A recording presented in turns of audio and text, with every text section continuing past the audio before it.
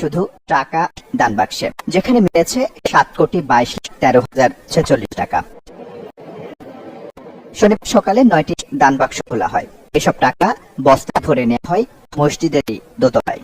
পরে মেঝেতে বসে টাকা গোনেন কয়েকশো মাদ্রাসা শিক্ষার্থী ও ব্যাংকের কর্মীরা।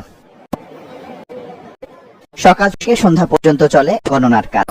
এরপর জমা দেওয়া হয় রূপালী ব্যাংকের পাগলা মসজিদের অ্যাকাউন্টে। শুধু টাকা নয়, বিপুল স্বর্ণালংকার ও বিদেশি মানত করলে রোগবালাই দূর হওয়া সহ বিভিন্ন মনোবাসনা পূর্ণ হয়। এমন বিশ্বাস থেকেই বিভিন্ন এলাকা থেকে সকল ধর্মের মানুষ নগদ অর্থ, স্বর্ণালংকার, বৈদেশিক মুদ্রা, ছাগল, হাঁস মুরগি সহ বিভিন্ন সামগ্রী দান করে থাকেন।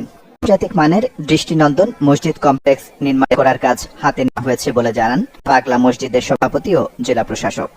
20 এপ্রিল 9টি দান বাক্সে পাওয়া গিয়েছিল 7,78,67,537 টাকা।